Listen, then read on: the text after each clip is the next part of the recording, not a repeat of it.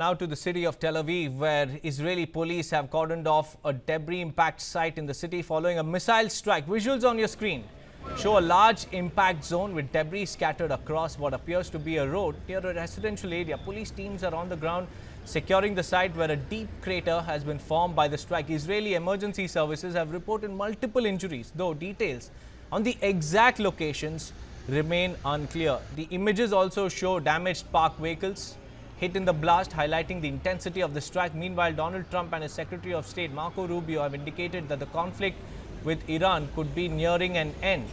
However, these statements reflect shifting and at times conflicting signals from the US on how and when the war, now in its fifth week, might conclude. The Iranian cluster bomb strike in Tel Aviv has impacted residential areas with missile fragments hitting buildings, civilians and even parked vehicles. Some of the strikes reportedly landed very close to where people were taking shelter in bunkers, raising serious concerns over civilian safety. In fact, my colleague Manish Jha brings you this ground report. बिल्कुल देखिए, ये वाकई में स्थिति और अधिक गंभीर हो रही है, क्योंकि अब जिस तरह से अरब देशों में मौजूद अमेरिकी हाईटेक कंपनियों को निशाना बनाया जाएगा तो जाहिर है कि इससे और अधिक क्योस मचेगा। लेकिन फिलहाल चूंकि एक क्योस का स्पॉट यहाँ भी है जहाँ TV9 की टीम मौजूद है। आप देख ही रहे हैं कि कैमरे पर कि किस तरह से यहाँ पर रेस्क्यू टीम अपना काम कर रही है। मिसाइल के कई छोटे छोटे टुकड़े यहाँ पर साफ तौर पर दिखाई दे रहे हैं। हम बल्कि कैमरे पर आपको दिखाने की कोशिश कर रहे हैं कि एक मिसाइल का टुकड़ा जो इस वक्त हमारे दर्शक देख रहे हैं कि देखिए इस तरीके से कई छोटे बड़े अलग अलग किस्म के मिसाइल के टुकड़े आकर गिरते हैं। सबसे बड़ी बात है कि जिस जगह से हम रिपोर्ट कर रहे हैं ठीक इसके नीचे में बंकर बना हुआ है। दर्ज दिखाता हूं कि देखिए जंग के दरमियान हम अलग अलग जगह पर जाते हैं, कहीं डायरेक्ट मिसाइल हिट होती है, कहीं पर मिसाइल के टुकड़े गिरते हैं। एक में मिसाइल का टुकड़ा जहां पर मैं खड़ा हूं यहां पर मैं दिखाने की कोशिश कर रहा हूं। ये देखिए, ये है वो मिसाइल, ईरानी मिसाइल के टुकड़े आप देख रहे हैं। ये जो स्थिति बनी हुई है कि इन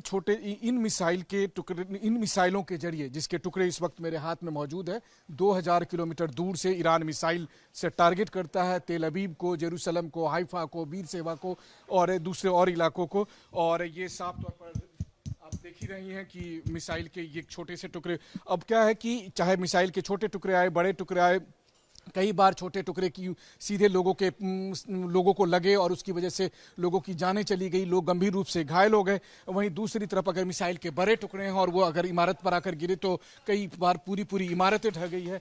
बल्कि जिस जगह पर ये सब घटना हो रही है, जहां से TV9 की टीम रिपोर्ट कर रही है, कुछ महीने पहले जब 12 दिन की जंग हुई थी तो ठीक इसी जगह डायरेक्ट मिसाइल ने हिट किया था और करीब 1 दर्जन से अधिक घर पूरी तरह से ध्वस्त हो गए थे, जो अब तक रिपेयर नहीं हो पाए, यहाँ पर बना ही नहीं पाए। वो मतलब वो पूरा खंडहर जैसा एक मोहल्ला सा दिखता है। और उससे महज 100 मीटर की दूरी पर एक बार दोबारा से फिर यहां पर आकर मिसाइल गिरे हैं। इस वक्त जो रेस्क्यू टीम है वो इससे साफ सफाई कर रही है। जो घरों को नुकसान पहुंचा, जो गाड़ियों को नुकसान पहुंचा, जो यहां के लोग दहशत में थे, और इस वक्त वो सारा एक्शन इस वक्त TV9 के कैमरे पर आप देख रहे हैं। और वहीं दूसरी तरफ आपको मैं कहूं तो TV9 के कैमरे पर इस वक्त आप हमारे हाथ में ईरान के मिसाइल के वो टुकड़े देख रहे हैं जो तबाही मचा रही है लगातार इजराइल में। सबसे बड़ी बात यह है कि ये तो हालत तब है जबकि ईरान के उस मिसाइल को इंटरसेप्ट कर लिया था इजराइल के एयर डिफेंस सिस्टम ने।